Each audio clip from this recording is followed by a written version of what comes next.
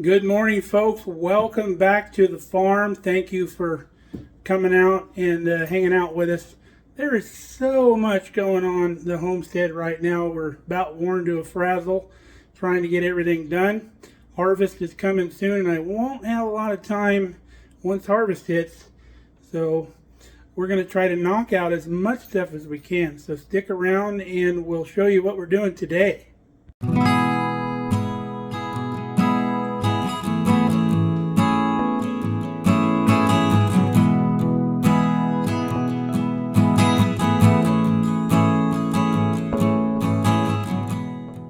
We've got our next installment of sad looking tomatoes from the garden.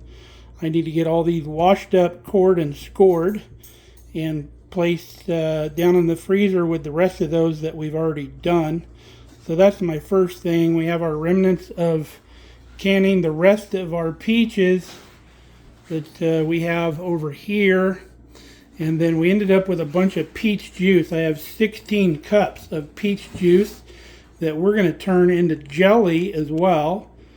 So hopefully we can just get that done. One of my pet peeves when I go to a restaurant and I get like a salad, you'll get that piece of tomato that's got the little black spot on the end from the blossom end of the tomato. Romas really don't have much to speak of, but that's one of my things, you know. That's why I always make sure that I don't leave that on a tomato, on a regular slicing tomato that they use for salads. It's almost looks like that. It's very well pronounced. And they just don't care. They leave it on the tomato. Can't stand that. You can see how this tomato is all discolored here, kind of pale yellow.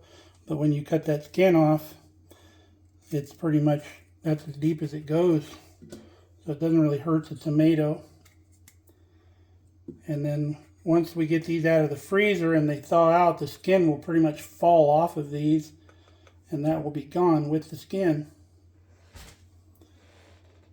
We are all cored and scored, almost a full 2-gallon bag of tomatoes. So we're slowly getting to where we have a full batch.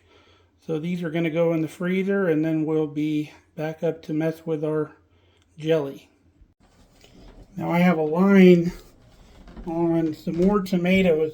A guy about 45 minutes away from us, they have a little market garden, and he said he could get together some Roma tomatoes for me. I told him if he could gather up about 50 pounds, that would be great.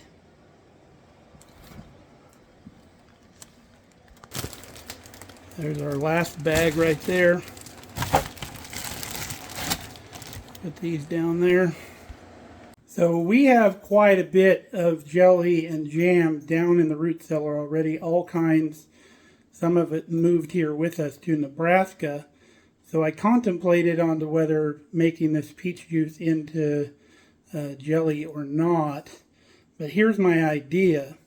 I have a bunch of odd-sized mason jars. I got everything from 3/4 pint down to these little quilted little jobbies here, and even one that's kind of a green color.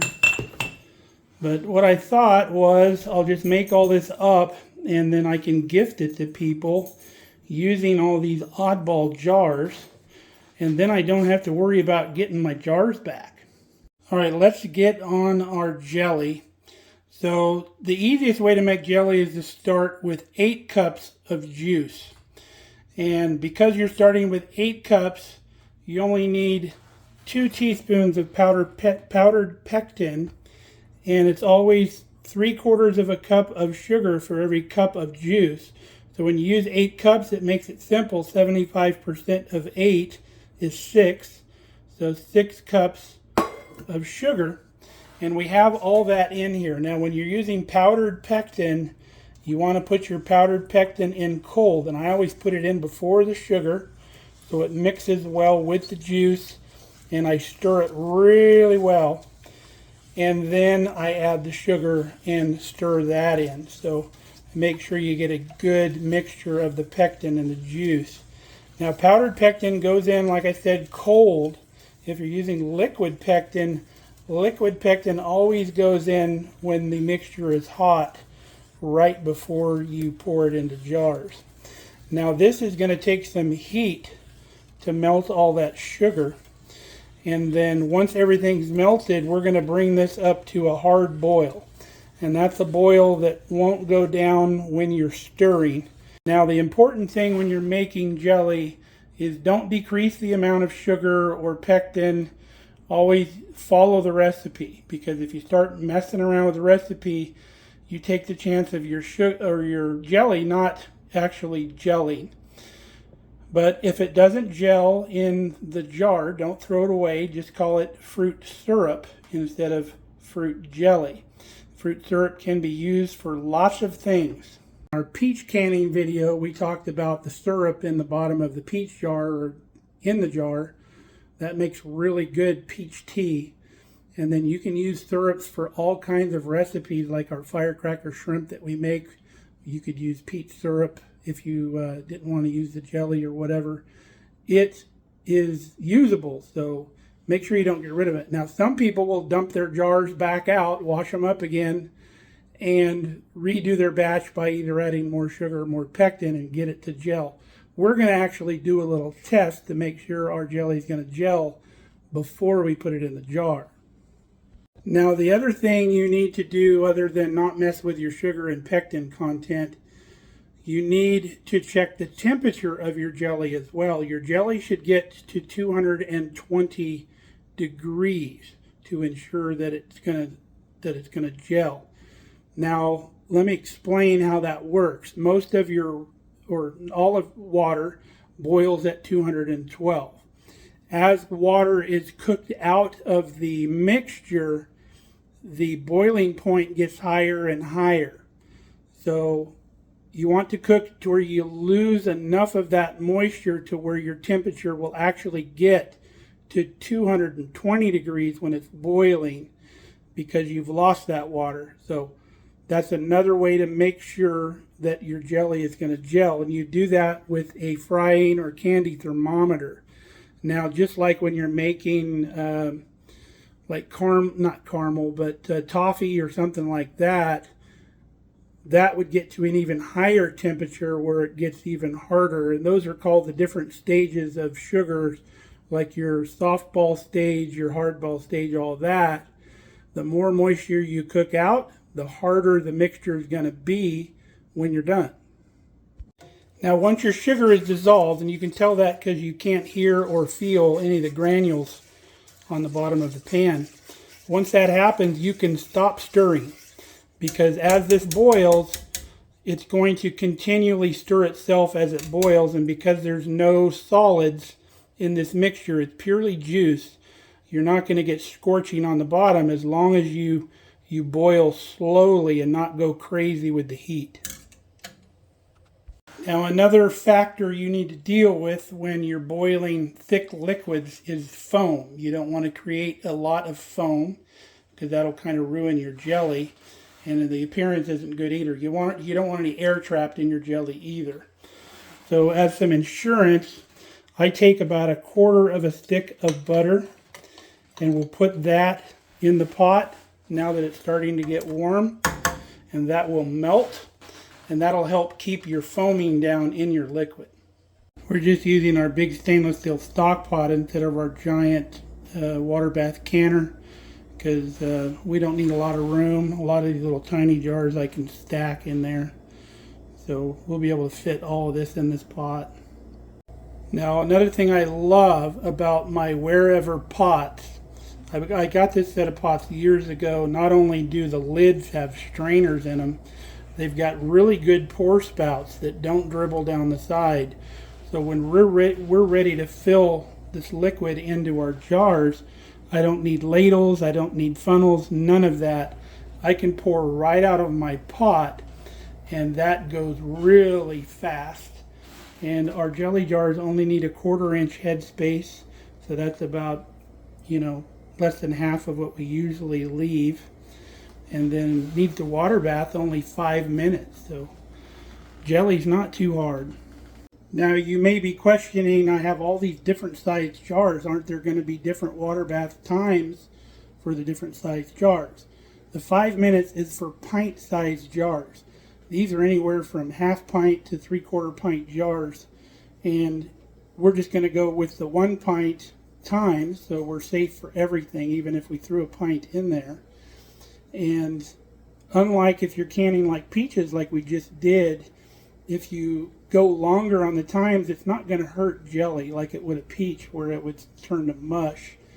You could water bath these things for an hour and it's not going to hurt them. They also say that if you don't sterilize your jars really well or your lids, to double your canning time. So you could do 10 minutes if you didn't want to go crazy with all the sterilization, because this is a high acid food and it's pretty safe to can. We're right about 212 degrees. So you can see the water in the mix is starting to simmer. And the longer we simmer, the higher that temperature will get until we reach 220, which is our goal. Got a good boil going, so I turned it down to low. You can see we're still steaming off fairly well, so we're fine. Now what little scum does form on the top, I just use a little ladle to skim it off. And then what we're going to do, if you still want some insurance to make sure your jelly is going to gel, I'll clean this container out here. I'll put just a little bit of jelly in the bottom. We'll throw it in the freezer to cool it down real quick, and we'll see how it gels. Only takes just a couple minutes. So just to show you, we're up to about 215 degrees. So I took a little bit and put it in the freezer about 10 minutes ago. And you can see that is not jelly. And that's the mistake a lot of people make, is they don't get their jelly hot enough, cooking that liquid out. Now making jam is a lot easier with using the actual fruit itself. I just add about the same amount of sugar, about 3/4 of, say you got 4 cups of fruit, I would add 3 cups of sugar. It's about 3/4. And then I just cook that until it's the consistency that I want to put in the jar. I don't even use pectin, and it comes out fine. You just got to cook it until it's thick like you like it. We are getting really close to 220 degrees. We're about 218, 219. You can see how even the bubbles look different. So what we've done now, since we're getting close, I took all my jars, put them on a cookie sheet, and I put them in the oven. I set the oven to 220 degrees because we don't want to pour hot liquid into cold jars. Also remember that Kelly's been using these jars for homemade salve when she makes it, so I'm not going to use these little tiny ones. Reach 220 degrees. There's our mixture. You can see it's like a really thick syrup. I want it to gel a little bit more than that. So the only thing you got to do to get that is to go up some degrees. So we'll go up to about 222, somewhere in there. We'll check it again. All right, we're satisfied with about 223. So our jars are sitting at 220 degrees. We're going to get those out, get them back on the counter, and we're going to start filling.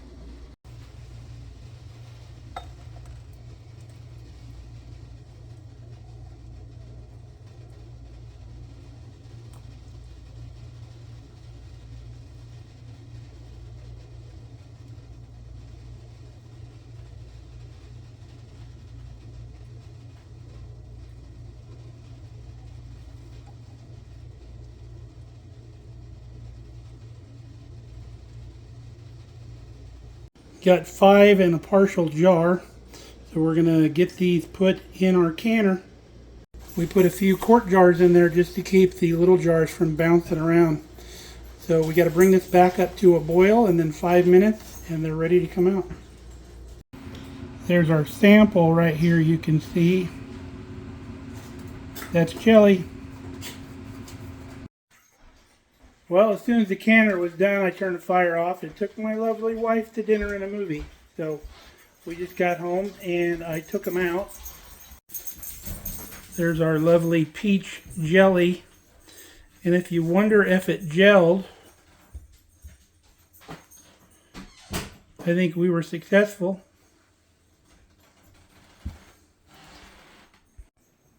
We have a whole another batch to make, another 8 cups, but that'll wait for tomorrow. Tasting this stuff, it tastes just like honey. Very neat. I had Kelly taste some and he said, that tastes just like honey. And I tasted it and it does. Pretty cool. So if you didn't know how to make jelly, you do now. It's super easy. You just follow some simple rules and you'll end up with jelly and not canned syrup. So, but peat syrup would be pretty good on pancakes, wouldn't it? I think so. So, hope you enjoyed our little jelly adventure. Until next time, stay safe, stay healthy. We love you guys. Come back and see us here on Mark Kelly Farm.